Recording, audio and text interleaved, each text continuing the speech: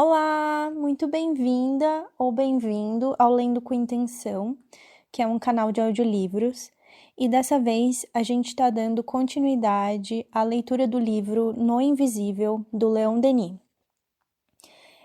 Hoje a leitura vai ser do capítulo 18, então se você está chegando nesse vídeo pela primeira vez e você quiser entender um pouco melhor sobre esse livro, saber quais são os temas dos outros capítulos, eu sugiro que você entre no canal e dê uma olhadinha no que já está postado lá. E aí você vai conseguir ver se tem outro capítulo que te interessa, que você tem curiosidade de entender melhor.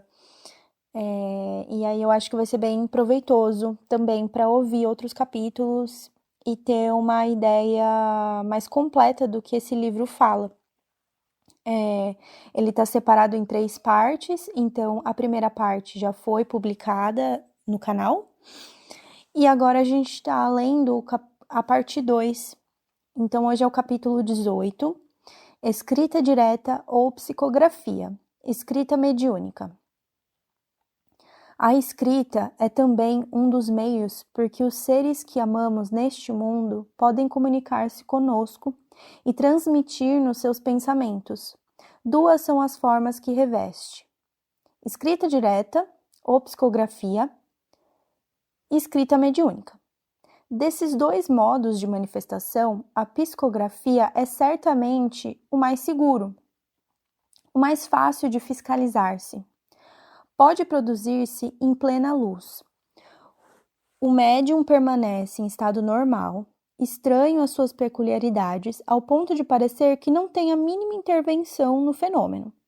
Colocadas algumas folhas de papel numa caixa ou numa gaveta fechadas à chave, ou ainda entre ardósias duplas amarradas e lacradas, ao serem retiradas algum tempo depois, são encontradas escritas, assinadas com os nomes de pessoas falecidas.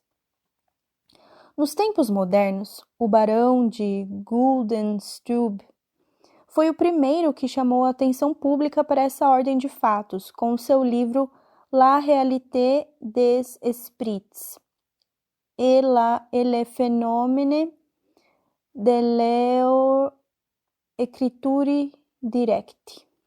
Francês, perdão pela péssima pronúncia, mas se eu for tentar deduzir o que está querendo dizer, né?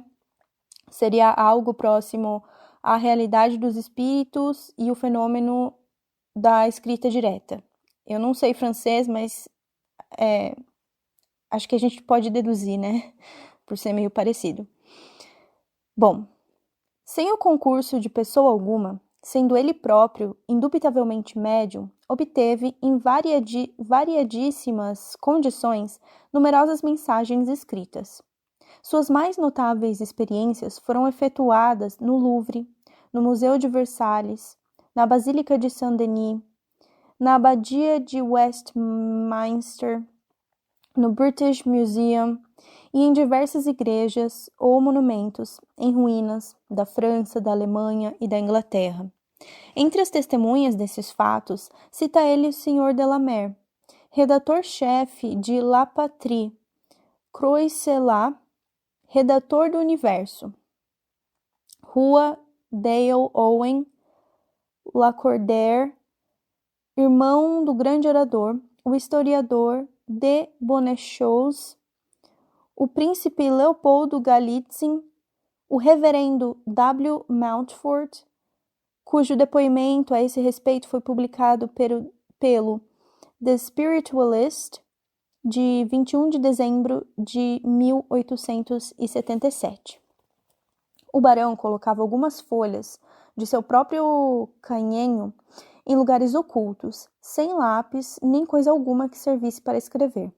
Afastava-se alguns passos, sem perder de vista um só instante o objeto da experimentação, e depois retirava o papel, em que se achavam escritas mensagens inteligíveis. O volume é acompanhado de 30 facsímiles de psicografias assim obtidas e escolhidas entre mais de 200 espécimes em 20 línguas diferentes.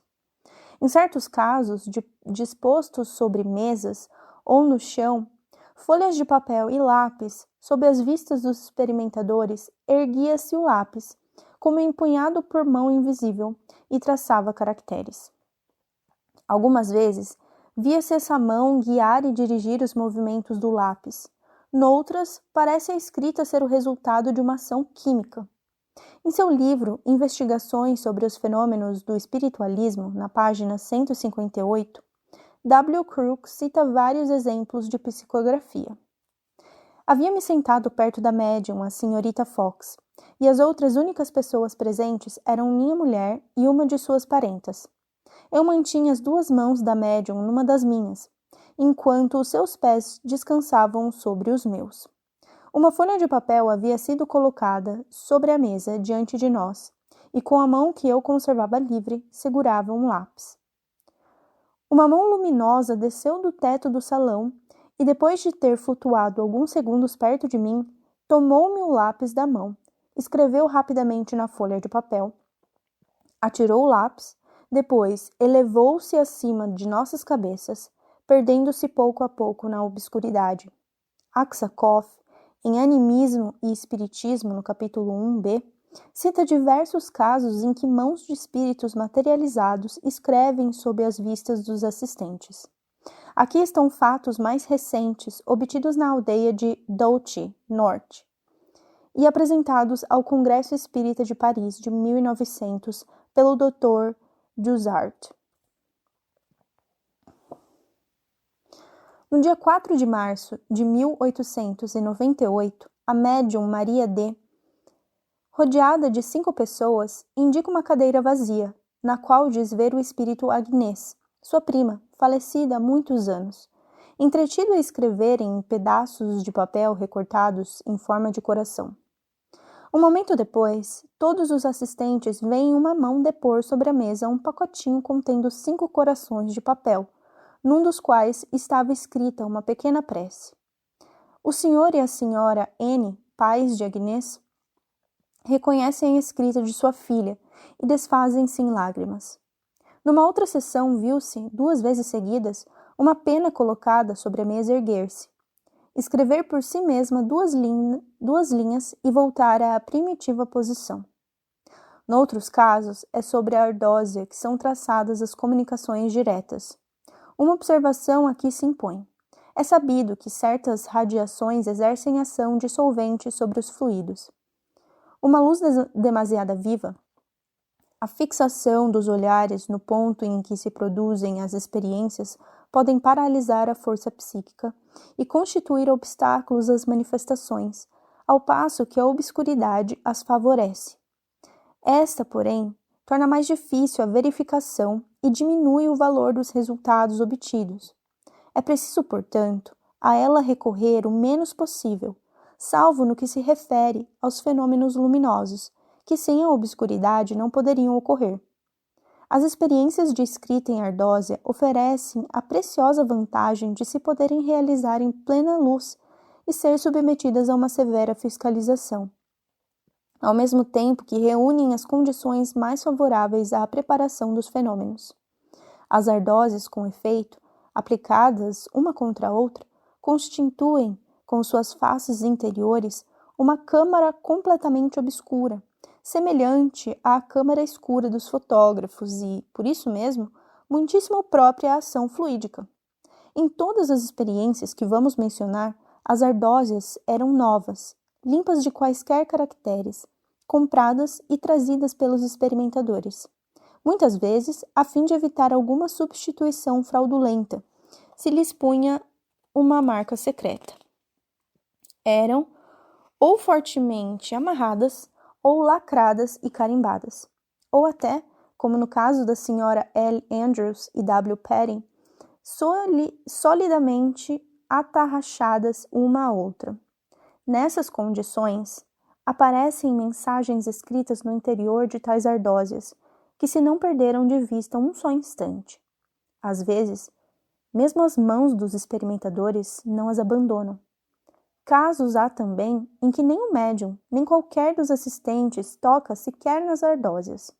Colocando um pedaço de lápis no intervalo vazio, ouve-se todo o tempo que dura o fenômeno, o ranger desse lápis sobre a lousa e o ruído característico que se produz quando se põe a pontuação ou quando se corta os T's. Sob o título Psychography, Staton Moses Oxon escreveu, acerca dos fenômenos da escrita em ardósia, uma obra muito documentada, em que refere numerosos casos por ele mesmo observados num período de 10 anos. A esses fatos se vêm acrescentar outros da mesma natureza, presenciados e atestados por investigadores não menos sérios. Aí se encontram testemunhos coletivos provenientes de notáveis personalidades ou de observadores céticos, em cujo número o autor cita muitas vezes os nomes de O'Sullivan, ministro dos Estados Unidos da Corte de Portugal, o conselheiro Tierch, o professor de Direito Criminal Watt, os professores Zwellner, Fechner, Weber e Scheibner, da Universidade de Leipzig, Harrison, redator-chefe do The Spiritualist, de Londres, Robert Dale Owen, ministro dos Estados Unidos em Nápoles, e etc. Tendo sido, em sua maioria, reproduzidos esses fatos em diversos jornais e revistas, deles não citaremos mais que um limitado número. Aqui a gente tem uma nota de rodapé falando das revistas. Então, para quem quiser pesquisar, aqui ele fala ver principalmente The Spiritualist, de Londres, de 21 de setembro de 1877, Light, de 3 de fevereiro de 1900, Revue Spirité, de Paris, número de junho, julho, agosto, setembro, novembro e dezembro de 1900, ver também Eugnus Choses de l'Autre-Monde, páginas 333 e 336. Sergeant Cox, presidente da Sociedade Psicológica da Grã-Bretanha, declara ter obtido diversas mensagens em ardósia com o concurso do médium Slade. Eis aqui um extrato do seu testemunho. Slade apoiava as mãos na mesa, e todo o seu corpo estava sob minhas vistas, da cabeça aos pés. Tomou a ardósia que eu havia cuidadosamente inspecionado para assegurar-me de que nela nenhum traço de escrita existia, e, colocando-lhe um fragmento de lápis, aplicou-a contra a face interior da tábua da mesa. No mesmo instante, ouvi um ruído, como se estivessem a escrever na ardósia. Tendo algumas pancadas rápidas indicado que estava terminada a escrita, foi retirada a ardósia e então pudemos ler a comunicação seguinte, escrita em caracteres nítidos e corretamente dispostos. Caro Sergeant, estudais um assunto que merece toda a vossa atenção. O homem que chega a acreditar nesta verdade torna-se melhor, na maioria dos casos. Tal é o nosso objetivo quando volvemos à Terra, impelidos pelo desejo de tornar os homens mais conscientes e mais puros. O reverendo J. Savage, pregador de Nomeada, cita o testemunho de um seu amigo, rabino judeu, cético acerca da possibilidade de comunicar com outro mundo. Tinha ele ido ver um médium de Chicago, munido de um bilhete que dirigira a seu pai, falecido alguns anos antes na Alemanha, e que redigira em alemão, em caracteres hebraicos, a fim de impedir que o médium, por um meio qualquer, descobrisse do que porventura se tratava. Colocou o bilhete entre duas ardósias, que amarrou solidamente, e prendeu-as a uma lâmina suspensa que havia acima da mesa em que estavam sentados.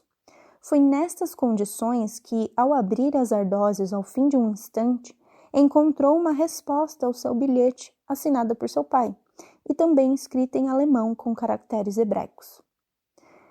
Algumas vezes, os caracteres traçados na ardósia são tão pequenos que só podem ser lidos com o auxílio de uma lente de fortíssimo grau.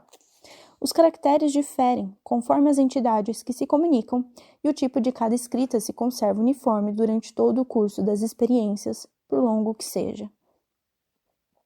Não somente o caráter da escrita se mantém constante, mas as mensagens revelam a presença de uma individualidade consciente que declara ter vivido na Terra na condição humana. Elas têm sua originalidade na forma e no fundo. As inteligências se distinguem claramente umas das outras por suas comunicações, como se distinguem do médium. Certas mensagens obtidas em presença de Slade, de Monk ou Watkins foram escritas em grego antigo e moderno, em espanhol, português, russo, sueco, holandês, alemão, árabe e chinês. Ora, todas as testemunhas atestam que nem um nem outro desses médiuns conheciam tais línguas. Por isso mesmo havia impossibilidade de suspeitar de sua parte a mínima fraude. Robert Dale Owen, experimentando com Slade, tinha colocado sobre seus próprios joelhos, em plena luz, uma ardósia coberta com uma folha de papel. Uma mão fluídica, semelhante à de que fala William Crookes, e vinda de sob a mesa, apareceu e traçou uma comunicação nessa folha de papel. A mão se assemelhava em tudo à de uma mulher, em mármore, e tinha dedos delicados. Destacava-se visivelmente e terminava em vapor ao nível do punho. Começou a escrever e continuou à minha vista durante 2 ou 3 minutos. Em seguida, resvalou docemente sob a mesa. 5 minutos depois, uma segunda mão, menor que a primeira, veio a seu turno escrever, e desapareceu como a precedente. A primeira mensagem, em inglês, estava assinada com o nome da falecida mulher do Dr. Slade. A última estava escrita em grego. Nenhum desses fenômenos poderia ter considerado uma alucinação, pois que cada vez a escrita permanece como prova irrecusável da ação dos espíritos. A mais extensa comunicação recebida em Ardósia é a que o Sr. Owen, redator do Golden Gate, obteve a 24 de dezembro de 1892, com o concurso do médium Evans. Estendia-se ela por 14 ardósias duplas, amarradas e lacradas, que ficavam inteiramente escritas num quarto de hora, e compunha-se de 1.000.000 de palavras. Um outro jornalista, redator do Light, obteve pelo mesmo processo uma mensagem de seu falecido pai, em 10 cores diferentes. As ardósias se conservaram fechadas entre suas mãos. Durante todo o tempo da experiência, conservava ele com o médium e desviava-lhe a atenção para vários assuntos. Cada linha da comunicação é de uma cor distinta, não escrita ou pintada, mas como precipitada por meio que escapam à análise. Na França, o Dr. Paul Guibier, preparador do museu, estudou muito particularmente o fenômeno da escrita direta. Em 33 sessões, obteve ele em Paris, no ano de 1886, com o concurso do médium Slade, mensagens em ardósias duplas e fechadas em diferentes línguas, algumas das quais desconhecidas do médium. Encontra-se a reprodução fotográfica dessas mensagens na obra do Dr. Guibier, Espiritismo ou Faquirismo Ocidental. Nessas experiências, o médium punha simplesmente a extremidade dos dedos sobre a ardósia para transmitir a força psíquica. Uma vez, as ardósias lhe foram colocadas sobre a cabeça, à vista de todos. Ao Congresso Espírita de Paris, em 1900, o professor Mounttonnier apresentou ardósias em que estavam escritas mensagens de sua falecida filha. Essa manifestação se havia produzido na América, em casa das irmãs Banks. O professor era completamente desconhecido nesse país, e os médiuns o viam pela primeira vez. Ele não perdeu de vista as ardósias, que não sofreram o mínimo contato. A escrita é idêntica à que na Terra usava a senhorita Mounttonnier. Os fenômenos de escrita direta, posto que frequentes, são, contudo, excedidos em número pelos da escrita mediúnica. A faculdade dos médiuns escreventes é uma das mais generalizadas e aqui apresenta os mais variados aspectos. Tendo parecido demasiado lento a certos experimentadores o processo das comunicações por meio de pancadas, imaginaram eles a construção de aparelhos especiais como o quadrante ou a prancheta de escrever, a fim de facilitar as manifestações. Algumas pessoas tiveram a ideia de se substituírem elas próprias a qualquer aparelho. Tomando de um lápis, abandonaram-se ao impulso exterior e receberam comunicações, de que não tinham consciência e que parecia provirem de espíritos de pessoas falecidas. Não tardaram, porém, a surgir numerosas dificuldades. Antes de tudo, reconheceu-se que o automatismo da mão que escreve não constitui só por si um fenômeno espírita. As experiências de Gurney e Myers, na Inglaterra, acerca da escrita dos sonâmbulos acordados, as dos senhores Pierre Janet, Ferret, Dr. Binet e etc., na França, demonstraram que se pode provocar a escrita automática num sensitivo, por meio da sugestão, e dar a esse fenômeno todas as aparências da mediunidade. Sensitivos hipnotizados recebiam dos experimentadores ordem de representar, ao despertar, tal ou tal personagem, escrever ordens, ditados, referentes ao papel que lhes era imposto. Tendo-se sugestão realizado exatamente, sem a menor falha, concluiu o Sr. Pierre Janet, e com ele outros sábios, que haviam descoberto na ação pós-hipnótica a explicação de todos os fenômenos de escrita mediúnica. Os médiuns, disseram eles, se sugestionam a si mesmos, ou então recebem uma sugestão exterior. Outros, como Taine e o professor Flournoy, atribuem às comunicações a influência da personalidade secundária, isto é, de um segundo eu subconsciente ou subliminal, que lhes parece existir em nós e que nos casos de mediunidade se substituiria à personalidade normal para agir sobre o pensamento e a mão do sensitivo. A essas dificuldades convém acrescentar ainda a ação telepática dos vivos, a distância e a transmissão do pensamento. Como se vê, o fenômeno da escrita mediúnica prendem-se aos mais delicados problemas da personalidade e da consciência, aos estados anormais da alma, considerada em suas múltiplas manifestações. São credores do nosso reconhecimento os sábios que estudaram esses complexos problemas. Suas pesquisas nos forneceram preciosas indicações que permitem eliminar do domínio das investigações psíquicas certas causas de erro. Mas não poderíamos aceitar suas conclusões, tão exageradas em seu exclusivismo, como as dos crentes propensos a verem todos os fenômenos a intervenção dos seres do outro mundo. In medio está veritas. Eu não sei que língua é essa. Pode ser que seja latim, talvez? Não sei. Mas parece dizer que no meio está a verdade, né? Mas não tenho certeza.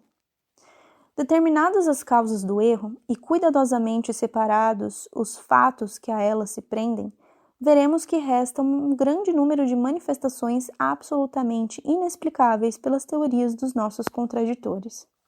Tais são os ditados que encerram ideias inteiramente imprevistas, em oposição às dos assistentes, e os que são escritos em línguas desconhecidas dos médiuns. É preciso recordar, além disso, as comunicações obtidas por crianças de tenra idade, assim como as respostas científicas e literárias dadas a pessoas de modo algum versadas em tais matérias. Depois, os autógrafos e as assinaturas de pessoas falecidas, reproduzidas mecanicamente por médiuns que jamais as conheceram e que nenhum escrito de seu punho tinham visto. O mesmo se aplica às comunicações triviais e grosseiras obtidas em grupos honestos, as quais demonstram a intervenção de uma inteligência estranha. Não se poderia, por exemplo, atribuir à sugestão a palavra histórica, que espíritos atrasados se divertem a ditar pela mesa ou pelo lápis. Convém notar que não há verdadeira correlação entre o automatismo dos sensitivos hipnotizados e a ação do médium escrevente. Este não recebeu previamente nenhuma influência hipnótica. Não foi mergulhado no sono e mantém-se na posse completa de seu livre-arbítrio e vontade. Pode repelir, se o quiser, as inspirações que recebe e recusar-se a toda cooperação, ao passo que o sensitivo hipnotizado acha-se ainda, após o despertar, sob o império do sugestionador e subordina sua vontade à dele. Seria incapaz de subtrair-se à sua ação, enquanto que o médium age de pleno e próprio grado e empresta voluntariamente o cérebro e a mão, tendo em vista os resultados que se pretendem. Outra consideração: o sensitivo hipnotizado só põe em prática a sugestão no limite restrito de suas aptidões e de seus conhecimentos normais. Por esse motivo, sua linguagem e seus escritos são sempre de uma acabrunhadora banalidade, inteiramente destituídos das provas de identidade e das revelações espontâneas que constituem todo o mérito das comunicações espirituais. Em vão se há de sugerir que um sensitivo sem instrução, que ele é escritor ou poeta, nada produzirá de original nem de notável. O mesmo não acontece aos médiuns, cujos ditados ultrapassam muitas vezes a esfera de seu saber e inteligência. Tem-se visto mesmo comunicações de grande alcance escritas por crianças. Nessa ordem de fatos, é este o critério. Com a sugestão hipnótica, as produções dos sensitivos são sempre adequadas ao seu valor normal. Da mediunidade, são quase sempre superiores à condição e ao saber do escrevente.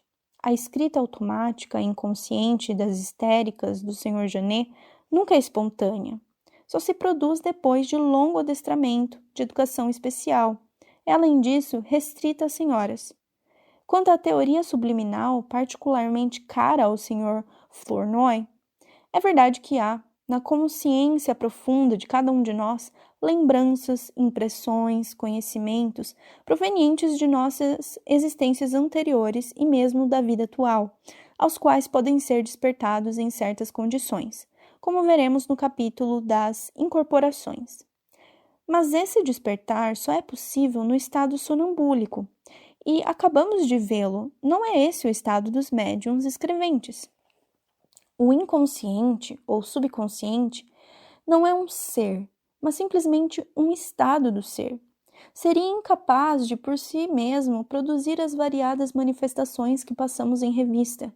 Comunicações inteligentes, por pancadas ou escritas, com ou sem lápis, ou por meio de cores precipitadas e todos os fenômenos que constituem o objeto de tais estudos. E, ao demais, sempre que pode perguntar por que esses inconscientes ocultos em nós seriam unânimes em declarar serem espíritos de mortos? Não se percebe que motivo induziria o espírito desprendido do médium, tanto como o inconsciente, a identificar-se como o espírito de um outro homem falecido. Se existe em nós uma segunda personalidade que possui aptidões e conhecimentos superiores aos da personalidade normal, não deve ela ser menos bem dotada em relação à moralidade e deve ter horror à mentira. Como admitir-se, então, que toda vez que se manifesta, se permita o maligno prazer de nos enganar? A teoria de um ser coletivo consciente, criado pelas inteligências das pessoas que tomam parte nas experiências, não corresponde satisfatoriamente à realidade dos fatos.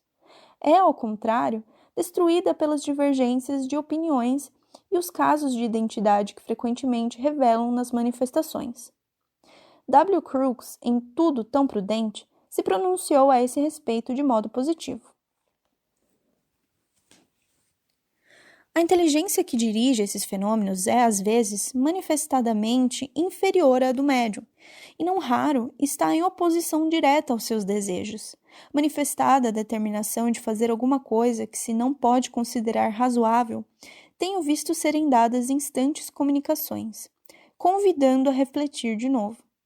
A inteligência é, às vezes, de tal caráter que nos leva a crer que não emana de nenhuma das pessoas presentes. Todas as explicações que se tem procurado dar ao conjunto das manifestações, excluindo a intervenção dos espíritos, não têm podido resistir à imponência dos fatos acumulados, nem aos processos de uma crítica severa e de um rigoroso exame. Só tem conseguido demonstrar a insuficiência das pesquisas e das observações de seus autores. A teoria espírita é a única que se adapta à imensa maioria dos fatos. Duas vantagens incontestáveis apresenta: a de explicar tudo com o auxílio de princípios simples, claros, facilmente compreensíveis, e esta outra, não menos importante, não ter sido concebida por experimentadores benévolos, mas ser constante e invariavelmente formulada pela causa inteligente das manifestações. Dito isso, passemos ao exame dos fatos. Os fatos de escrita mediúnica são tão antigos como a história. Deles nos fornecem numerosos exemplos a Antiguidade e a Idade Média. Recolhido ao fundo de uma caverna, Maomé vai, com fabricante rapidez, cobrindo de caracteres grande número de folhas que lança a esmo. Apanhadas e coordenadas essas folhas esparsas, o que é que se encontra? O Alcorão. O próprio Cristo interroga o pensamento supremo e escreve a resposta sobre a areia em certas ocasiões, como, por exemplo, no caso da mulher adúltera. Jerônimo Cardan declara que suas obras foram executadas com a colaboração de um espírito. Quase todos os que têm lançado no mundo fermento de progresso, de justiça, de verdade, têm sido intermediários do além, à maneira de espelhos em que se reflete a irradiação do pensamento superior. Maior seria ainda o seu número se o nosso estado de inferioridade não tornasse difíceis de realizarem-se em nosso mundo material essas altas manifestações. Não poderia ser determinada nesse domínio a parte relativa a cada mediunidade. A intuição aí se associa intimamente com o automatismo. Nos tempos modernos, a faculdade de escrever sobre uma ação oculta se tem mais nitidamente revelado em certos indivíduos. Citemos os casos mais célebres. Hudson Tuttle, de Cleveland, Ohio, era aos 18 anos um simples lavrador, sem educação nem instrução. Ocupado todos os dias nos penosos trabalhos dos campos, escreveu durante noites consecutivas, sob a inspiração dos espíritos, um livro admirável, Arcanes de la Nature, que excedia de muitos conhecimentos científicos da época. Não tinha ao seu alcance nem livros, nem bibliotecas, porque seus pais moravam no interior e só se ocupavam de agricultura. A obra foi publicada em 1860, com um apêndice indicando a sua origem. Teve 3 edições da América. Foi depois reeditada na Inglaterra, traduzida em alemão pelo Dr.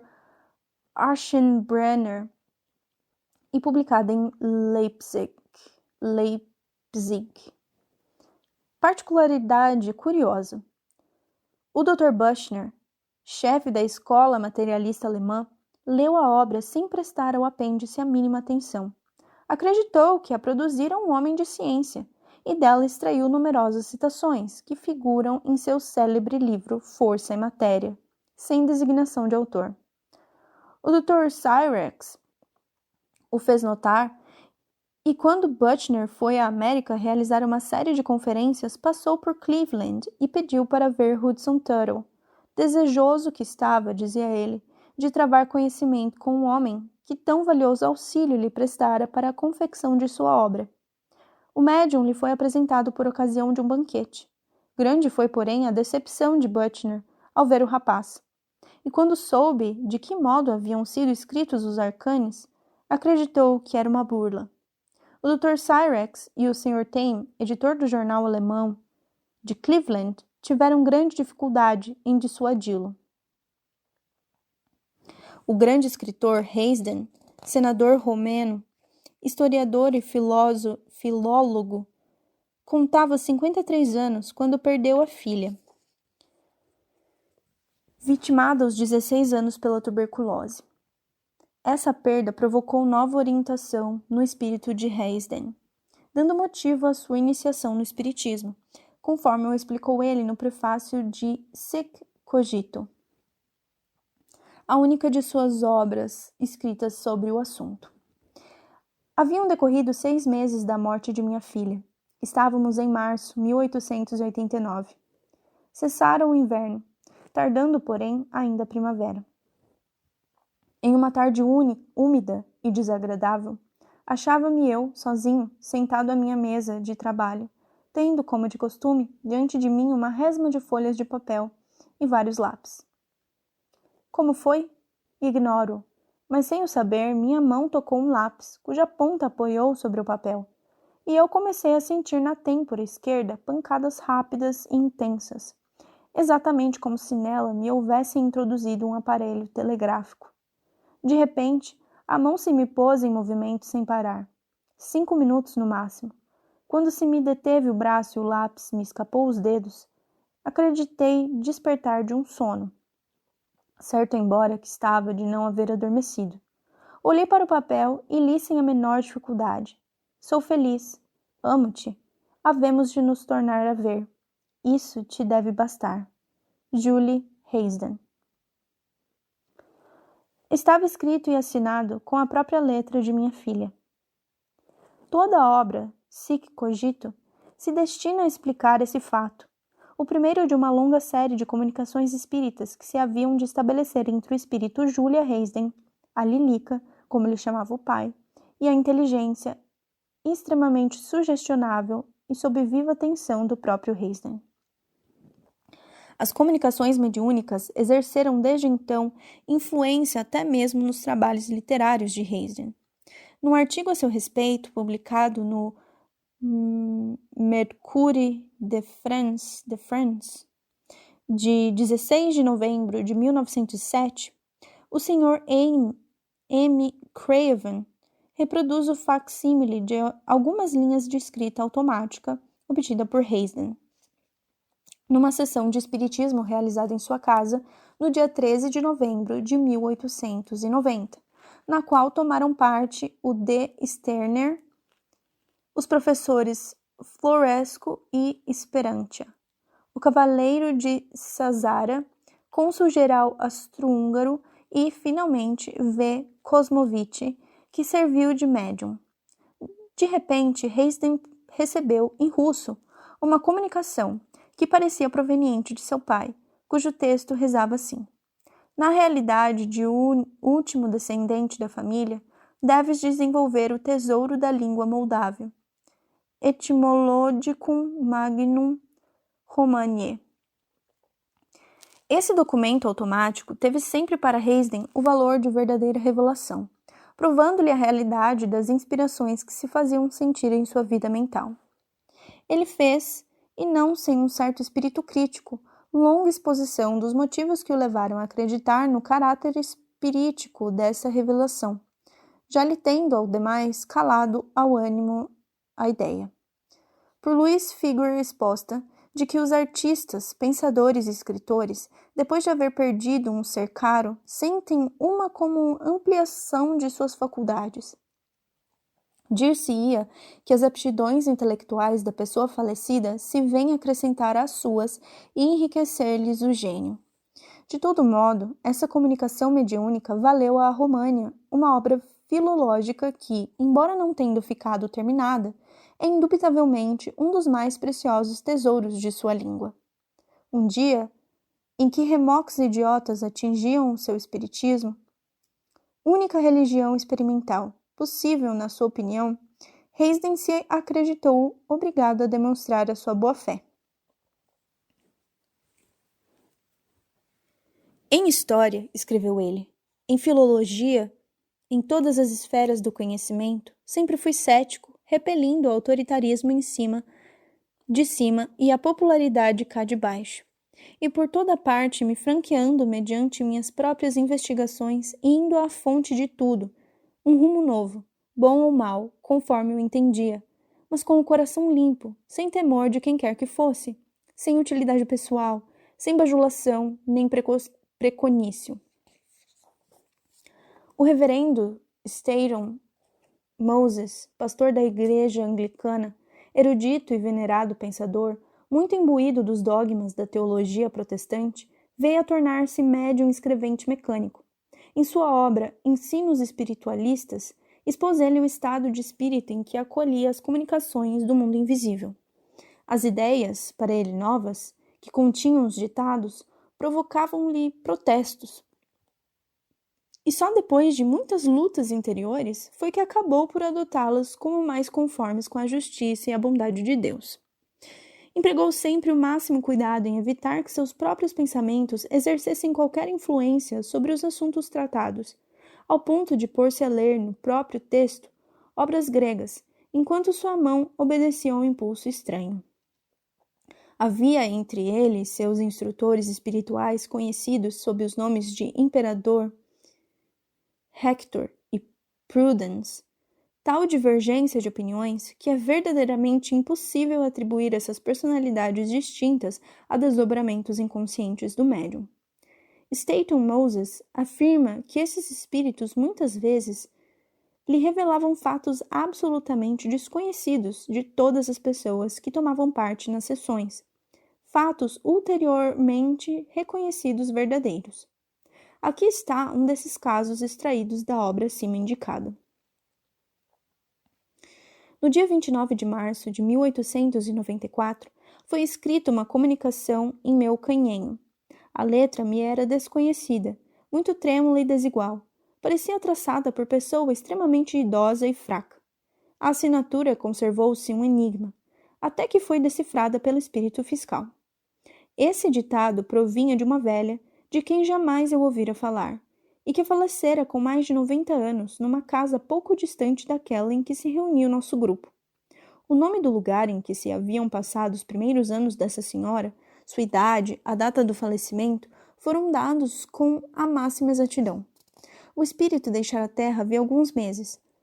Ao despertar no espaço, atraíra-o sua velha habitação, depois o grupo que se achava na vizinhança imediata. Na França encontramos os mesmos fatos. Um certo número de obras foram escritas ou ditadas pelos espíritos.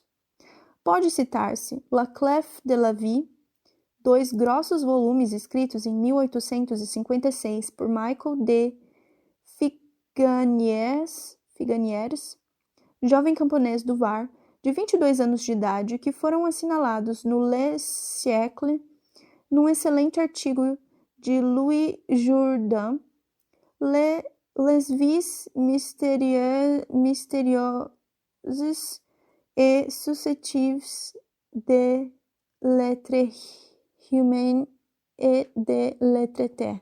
Bom, acho que aqui deve estar escrito as vidas misteriosas e sucessivas de outros humanos e de outra terra, ou dos humanos em outra terra, algo do gênero. Depois, Les origines et les fins. Provavelmente as origens e os fins. Obra importante, obtida pela ação mediúnica de diversas senhoras lionesas, sobrepondo as mãos umas às outras. Devemos, além disso, assinalar Les Surveilles Eco de Laudelat,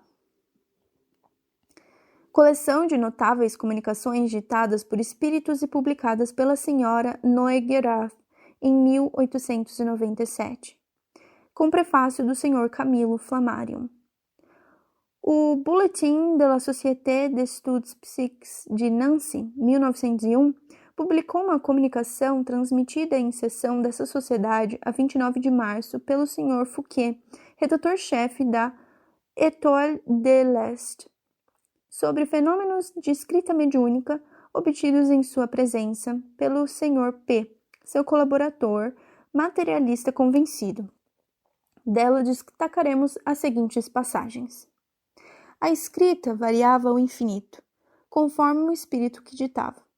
Reconhecia-se facilmente cada uma delas, e logo às primeiras palavras já sabíamos com quem nos havermos.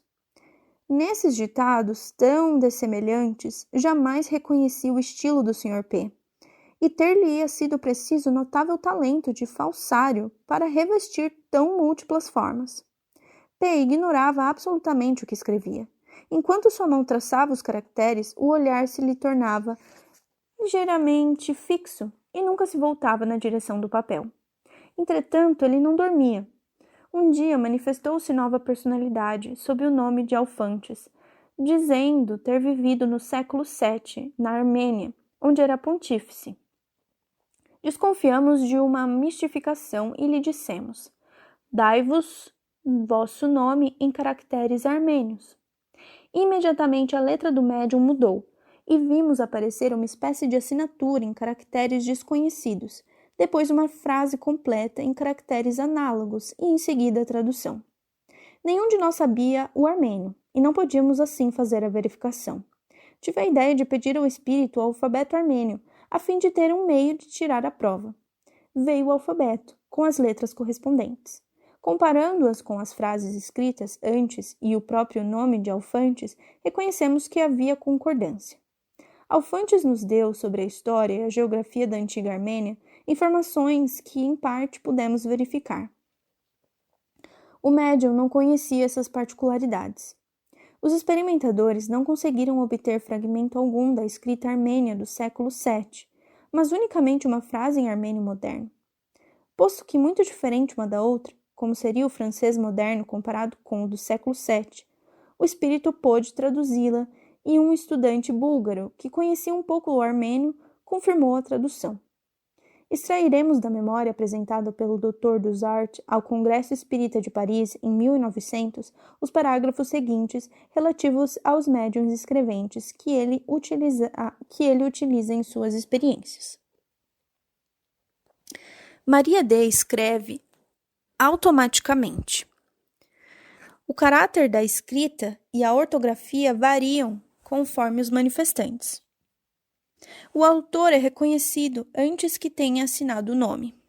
Em muitos casos, o confronto entre a escrita do desencarnado e a de que ele usava quando na Terra acusa admirável semelhança. 4 criancinhas de 9 a 23 meses e de 3 a 4 anos escreveram sós ou reunidas a uma mesma mesa. As comunicações obtidas, quando eram simultâneas, representavam o mesmo pensamento sob 3 formas diferentes.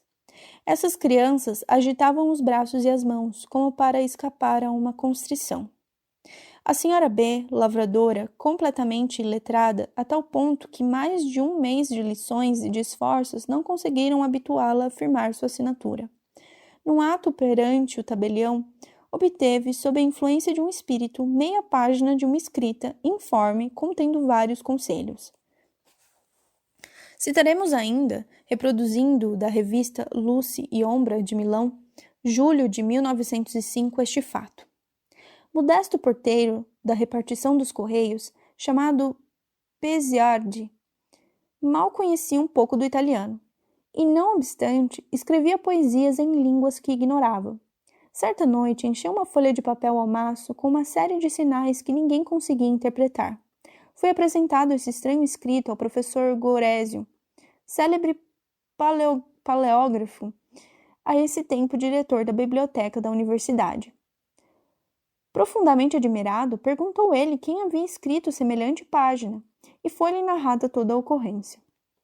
Impossível seria de descrever-se o assombro do sábio e mais ainda do visitante, ao saber que aquele escrito era a reprodução integral de uma inscrição rúnica, havia muitos anos conservada intraduzível no Museu de Arqueologia, e que diversas vezes o professor Gorésio tentara interpretar, mas inutilmente, porque o tempo havia apagado muitos sinais. Além disso, estando quebrada a pedra, fora impossível adivinhar o resto.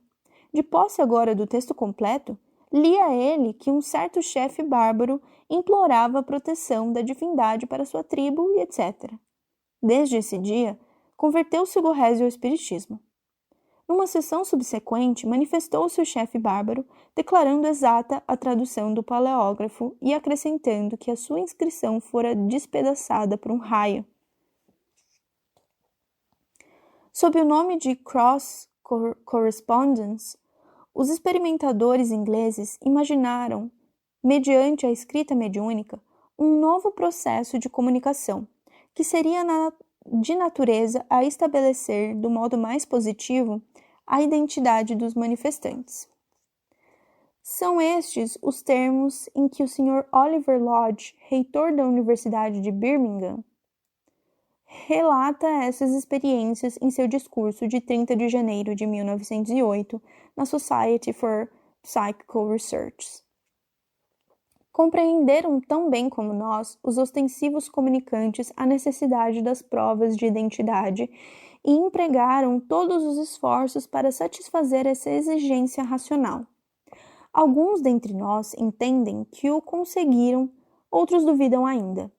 Pertenço ao número dos que, desejando obter novas provas, mais eficientes e contínuas, pensam, entretanto, que já foi dado um grande passo e que é legítimo admitir esses lúcidos momentos de correspondência com as pessoas falecidas que, nos melhores casos, nos vêm trazer nova soma de argumentos, como a fazer dessa hipótese a melhor hipótese de trabalho.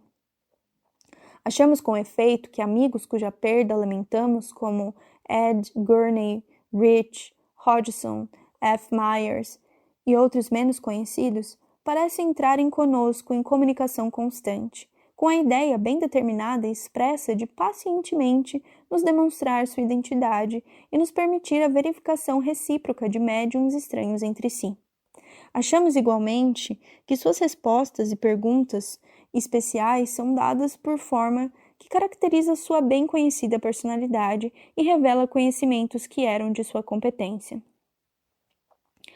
A cross correspondence, acrescenta Sir Lodge, isto é, parte de uma comunicação recebida por um médium e outra parte por outro médium, não podendo cada uma dessas partes ser compreendida sem o complemento da outra, constitui excelente prova de que uma mesma inteligência opera nos dois automatistas.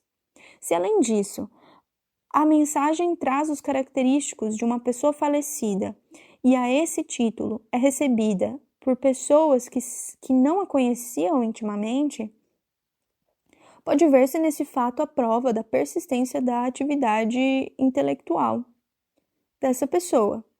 Se dela finalmente recebemos um trecho de crítica literária que está iminentemente em seu feitio e não poderia provir de indivíduos ordinários, então eu declaro que tal prova é de todo ponto concludente, com tendência a adquirir o caráter de crucial. Tais são as espécies de provas que a sociedade pode comunicar sobre este ponto. As fronteiras entre os dois estados, o presente e o futuro, são ainda apreciáveis, mas tendem a esbater-se gradualmente. Tal como, em meio ao estrépito das águas e dos vários ruídos, durante a perfuração de um túnel, percebemos de quando em quando o rumor dos escavadores que do outro lado se encaminham para nós. Assim ouvimos, a intervalos, a percussão de nossos camaradas que passaram para o além. A isso não se limitaram os ingleses, dado o espírito de iniciativa que lhes é próprio. Fundaram um escritório de comunicações regulares com o outro mundo, e foi o intrépido escritor W. Stead quem o instalou em Londres, a instâncias de uma amiga desencarnada, senhorita Julia Ames. Daí a sua denominação, Escritório Júlia. Propõe-se esse espírito vir em auxílio, assim de todos os desencarnados desejosos de entrar em relação com os vivos que aqui deixaram, como dos encarnados aflitos pela perda de um ente caro. Para ser admitido a solicitar comunicação, Júlia, que dirige pessoalmente as sessões, só exige duas coisas: afeição lícita e sincera entre o vivo e o morto e estudo prévio do problema espírita. Nenhuma retribuição é por ela admitida. O postulante, uma vez tomado em consideração seu pedido, É levado à presença de 3 médiums diferentes e todos os resultados são registrados. Esse escritório já conseguiu, desde a sua fundação, estabelecer numerosas relações com o invisível. Lançou uma ponte de uma a outra margem do túmulo, disse com alguma razão W. Stead. A clientela do escritório Júlia é, sobretudo, composta de pessoas ilustres e instruídas. Doutores, advogados, professores, etc. Um repórter do Daily News escreve que acompanhou, certo dia, um bem conhecido autor, cujo nome causaria admiração saber-se ligado a esse negócio. Desejava obter ele a manifestação de um amigo falecido. Concedido por Júlia a autorização, foi ele, conforme o praxe, posto em contato sucessivo com 3 médiuns, assistidos por um estenógrafo, sendo lavrada minuciosa ata de cada sessão. Numa das sessões, foi a casa de sua residência exatamente descrita, com as respectivas adjacências. Numa outra, recebeu ele uma mensagem que reconheceu provir com certeza de seu falecido amigo. Em resenha publicada no Light, de Londres, assim se exprime o Sr. W. Stead. No espaço de 2 anos, 500 pedidos nos vieram de toda parte. Sobre esse total, nunca viemos a saber o resultado de 126 por comunicação dos interessados. Destes, 171 nos escreveram afirmando a convicção de terem sido postos em comunicação com os parentes falecidos. 80 responderam que o resultado era talvez satisfatório, mas não o podiam assegurar. 53 finalmente declararam não ter recebido comunicações autênticas. Os êxitos foram mais numerosos do que seria lícito esperar e de molde a excluir a hipótese de poder ser invocada a telepatia para explicar as mensagens obtidas. Os postulantes declararam que, quando fixavam a atenção num assunto, nunca era esse o explanado, e as provas obtidas não eram as que as perguntas reclamavam. A telepatia, portanto, não pode explicar tais fatos. O estudo desses fenômenos demonstra que os médiums escreventes devem ser classificados em 3 categorias, segundo a natureza de suas faculdades. São eles: primeiro, puramente autômatos. Não têm consciência do que escrevem, só o braço lhes é influenciado. Seus movimentos são bruscos e sacudidos, e eles têm às vezes certa dificuldade em ler o que obtiveram. Essa faculdade é a que maior garantia oferece, não sendo o médium mais que um instrumento, ou antes um agente passivo, cujo pensamento e vontade se conservam independentes dos movimentos da mão.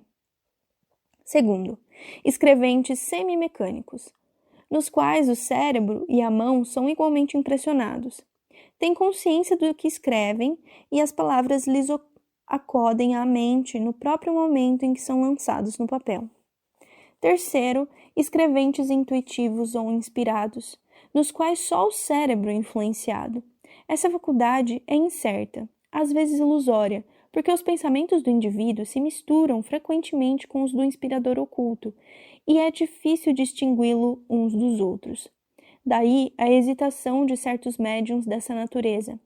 Não devem eles, todavia, desprezar esse modo de trabalho, que se aperfeiçoa com o exercício, e pode tornar-se com o tempo precioso método de comunicação.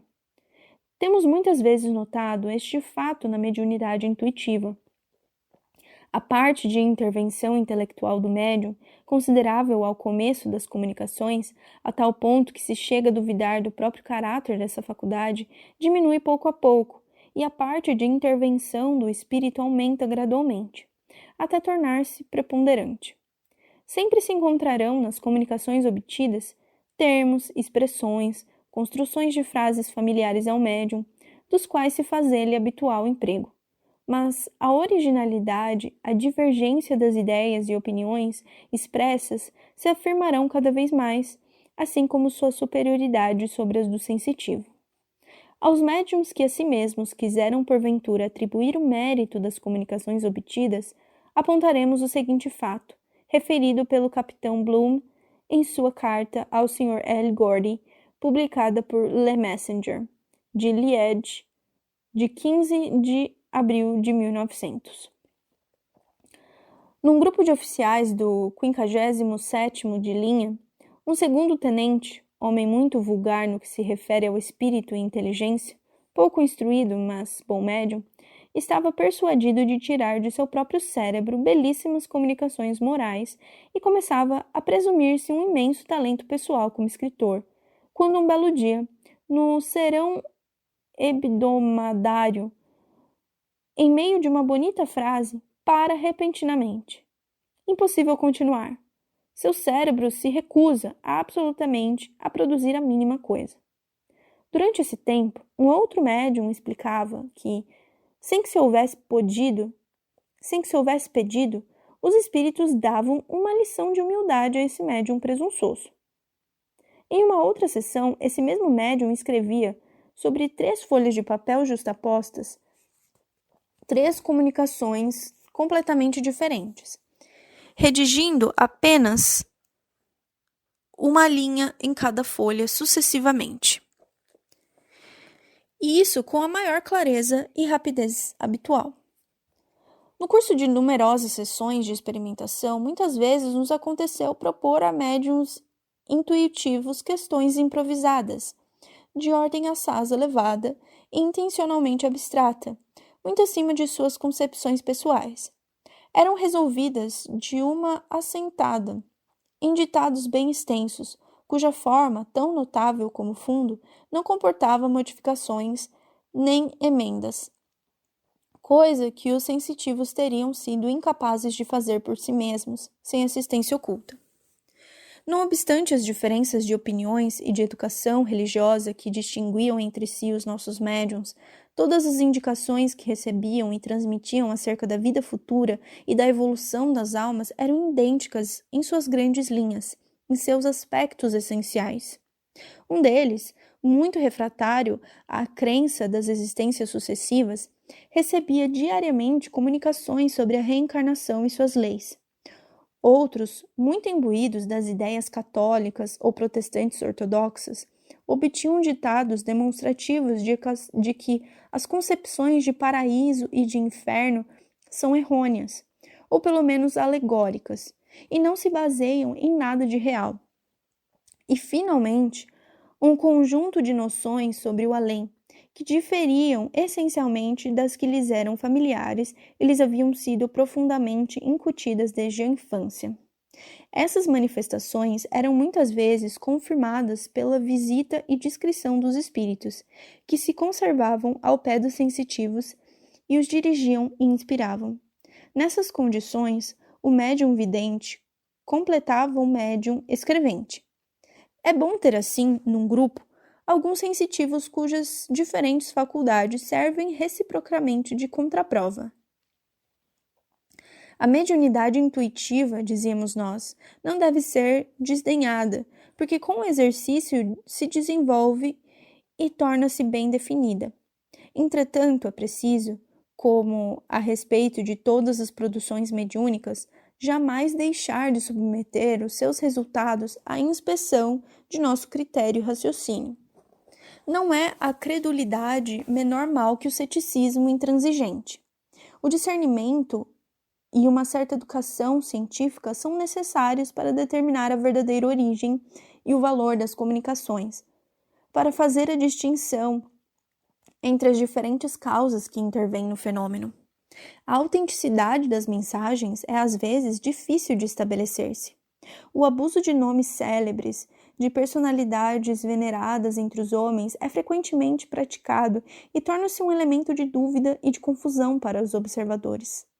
Certas produções, de deplorável banalidade, num estilo incorretíssimo, subscritas por nomes ilustres, despertam a desconfiança e levam muitas pessoas a considerar o espiritismo uma grosseira mistificação. Mas para o analista calmo e imparcial, esses abusos demonstram simplesmente uma coisa: é que o autor do ditado nem sempre é o que se diz ser. No mundo invisível, como entre nós, há espíritos embusteiros, sempre prontos a apropriar-se de títulos ou merecimentos a que nenhum direito possuem, com o fim de se imporem ao vulgo. É, portanto, necessário dar mais atenção ao próprio conteúdo das comunicações que ao nome que as subscreve. Pela obra se julga o operário. Os espíritos superiores, para se fazerem reconhecer, em lugar dos nomes que usavam na Terra, adotam de bom grado termos alegóricos. Em regra, os nomes e títulos não têm no outro mundo a importância que lhes damos. Os julgamentos do espaço não são os da Terra, e muitos nomes que fulguram na história humana se eclipsam na outra vida. As obras de dedicação, amor e caridade constituem lá valiosos e duradouros títulos. Os que as edificaram nem sempre hão deixado seus nomes na memória dos homens. Passaram obscuros, quase desconhecidos neste mundo, mas a lei divina consagrou sua existência, e sua alma refulge com um brilho que muitos espíritos, reputados grandes entre nós, estão longe de possuir. Há nas regiões inferiores do espaço, como na Terra, espíritos sofísticos que tratam de impingir suas concepções sob a capa de nomes pomposos. Neles, o erro se dissimula sob as formas austeras ou sedutoras, que iludem e são por isso ainda mais perigosos. É principalmente em tais casos que se deve exercer o nosso discernimento. Não devemos adotar as opiniões de um espírito simplesmente porque se trata de um espírito, mas unicamente se nos parecem justas e boas. Devemos discutir e averiguar as produções do além com a mesma liberdade de apreciação com que julgamos as dos autores terrestres. O espírito não é mais que um homem libertado de seu corpo carnal. Como a morte não adquire a infabilidade. O espaço que nos envolve é povoado de uma multidão invisível, pouco evoluída. Acima dela, porém, há elevadas e nobres inteligências, cujos ensinos nos devem ser preciosos. Podemos reconhecê-las pela sabedoria que nos inspira, pela clareza e amplitude de suas apreciações. Uma objeção nos tem sido algumas vezes formulada. Diversos grupos evocam o mesmo espírito e obtêm, ao mesmo tempo, comunicações assinadas por ele. Deve-se ver sempre nisso um embuste? Não. Sabemos que o poder do pensamento se engrandece com a elevação do espírito, e sua irradiação pode abranger um círculo vastíssimo. A alma, chegada a um elevado grau de adiantamento, torna-se um foco poderoso cujas irradiações podem penetrar em todo lugar onde uma súplica e uma evocação lhe é dirigida. É o que deve ter feito acreditar, em certos casos, no dom da ubiquidade. A deficiência de certas comunicações não provém unicamente dos que as ditam. Pode-se também atribuí-la à falta de aptidão, de preparo, de conhecimentos do médium que as recebe. Espíritos de real valor se veem muitas vezes reduzidos a empregar instrumentos imperfeitíssimos, por meio dos quais não percebemos mais que enfraquecidas manifestações de seu pensamento, pálidos reflexos de seu gênio. Na generalidade dos casos, médiuns imperfeitos só conseguem transmitir comunicações imperfeitas, no que se refere à linguagem e à riqueza das ideias. Mas há também organizações mediúnicas admiráveis, que se prestam com uma facilidade que chega a ser prodigiosa às intenções do espírito. Vimos em Paris, em casa da Duquesa de P, e noutros centros, uma jovem médium, a senhorita J.D., que numa obscuridade quase completa, enchia em muito pouco tempo numerosas páginas de uma escrita rápida e corrente. Esses ditados sempre se referiram às mais altas questões de moral e de filosofia. Num estilo grandioso, exprimiam os mais nobres pensamentos. Era um profundo encanto ouvir-lhes a leitura, e apesar de não trazerem assinatura, provinham sem dúvida possível das mais brilhantes inteligências do espaço. As contradições que apresentam certos ditados entre si e a raridade das provas de identidade constituem também grandes motivos de incerteza. Assim, por exemplo, comunicações assinadas por parentes nossos nem sempre oferecem o caráter de autenticidade que nelas nos agradaria encontrar. Muitas incoerências devem ter antes atribuídas aos obstáculos encontrados pelos manifestantes que há intenção de enganar. Se aos que evocamos falta aptidão para se comunicar, tem que recorrer a intermediários, a espíritos mais experientes, que tomarão seu nome, a fim de tornar mais inteligível ou mais eficaz a comunicação.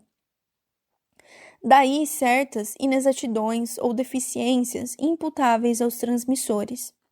Nossos meios de percepção, de investigação e análise são ainda fracos e, na maioria dos casos, nada fazemos do que é necessário, como método de adestramento moral e físico para estabelecer a comunicação em mais perfeitas condições.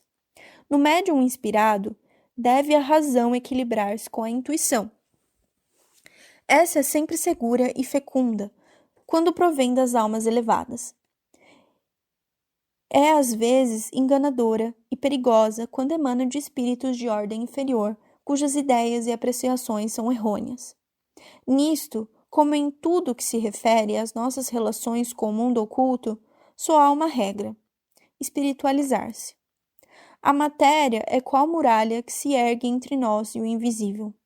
Procuraremos, por todos os meios, atenuar-lhe a opacidade. Para isso é preciso recorrer aos seres superiores e, pelas irradiações de nossa alma, facilitar a comunhão entre eles. Não empreguemos, senão com respeito e desinteresse, as faculdades que nos são concedidas. Isto é, nunca as utilizemos a pretexto ou para interesses materiais, mas visando unicamente nosso bem moral. Quanto mais se desprende o médium das influências terrestres, mais se engrandecem e aprimoram as suas faculdades. A escrita mediúnica reveste algumas vezes as mais caprichosas formas. Enquanto fora da influência oculta, os médiuns seriam incapazes de escrever nessas condições. Alguns obtêm a escrita invertida, também denominada escrita em espelho, legível somente por meio de um espelho. Outros escrevem às avessas, de tal sorte que é preciso ler as suas produções em sentido inverso, começando as frases pela última letra e terminando na primeira. Nos Proceedings da SPR, Frederick Myers menciona o seguinte caso.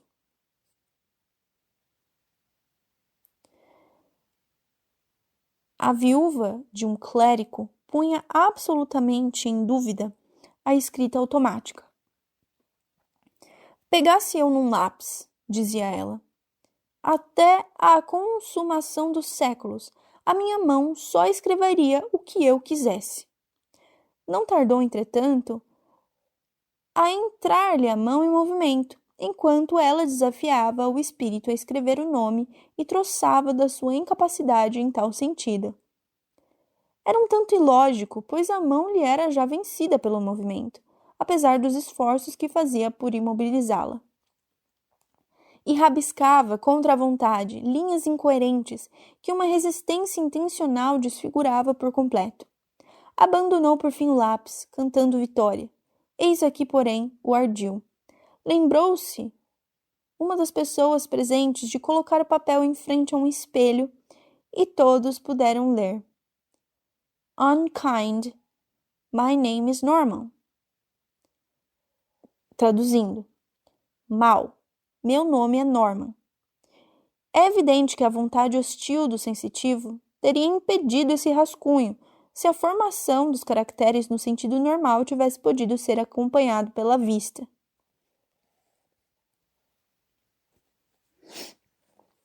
A essa ordem de fenômenos se acha ligado um conjunto de trabalhos que não poderíamos passar em silêncio.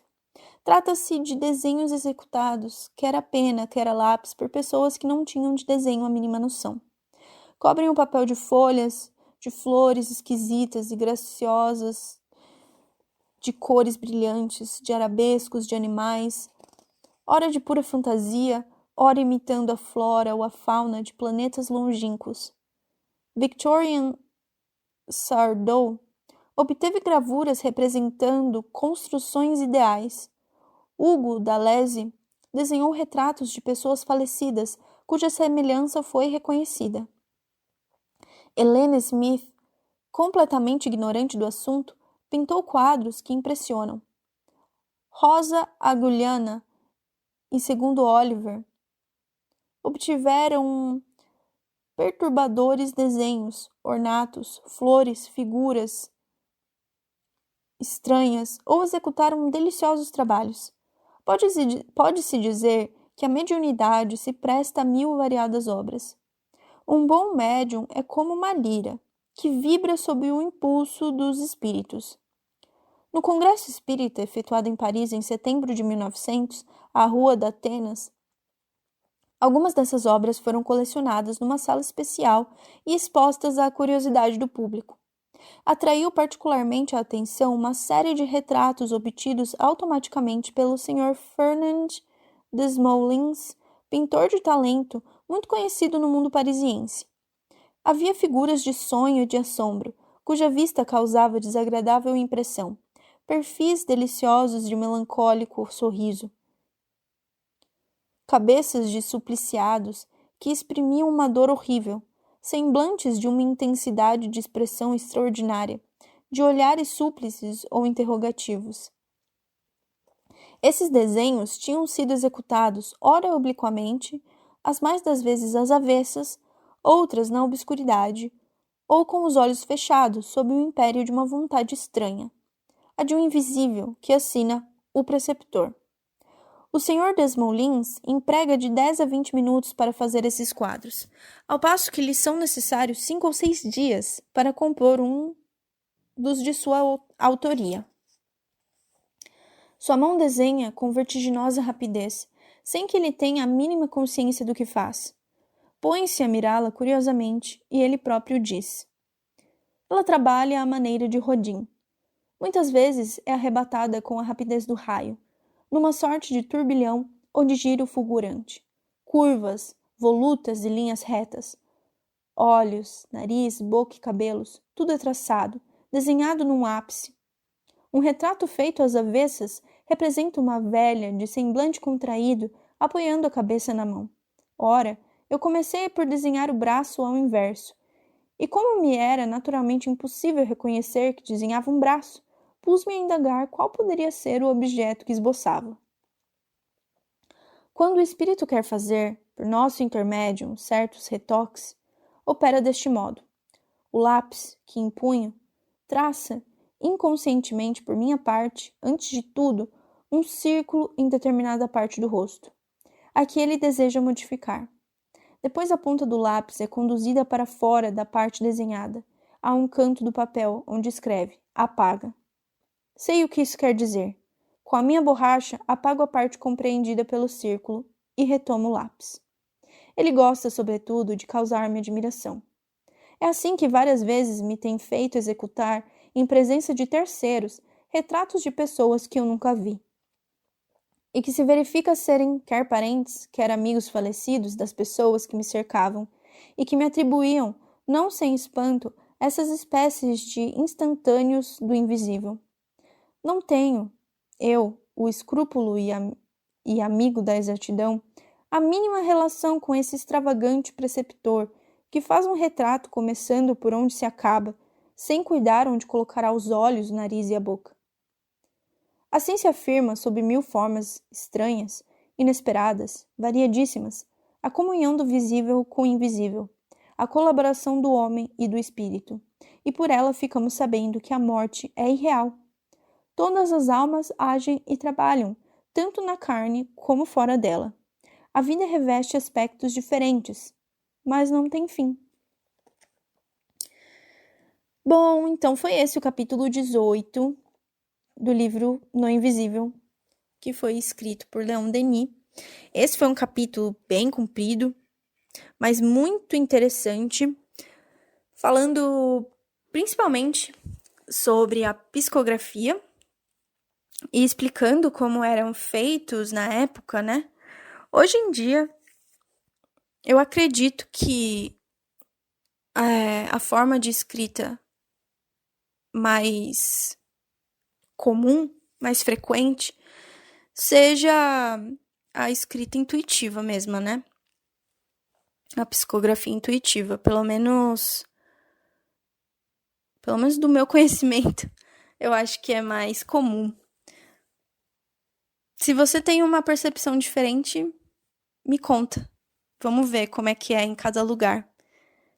Mas enfim, gratidão por você estar aqui até o final, por ter ouvido todo esse capítulo junto comigo. Eu peço desculpas pelas pronúncias erradas e pelos engasgos e tudo mais.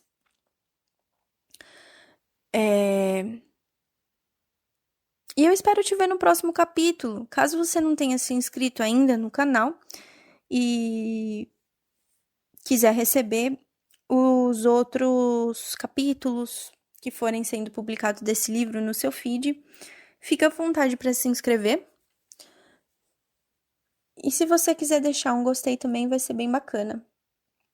Gratidão por estar aqui e até a próxima!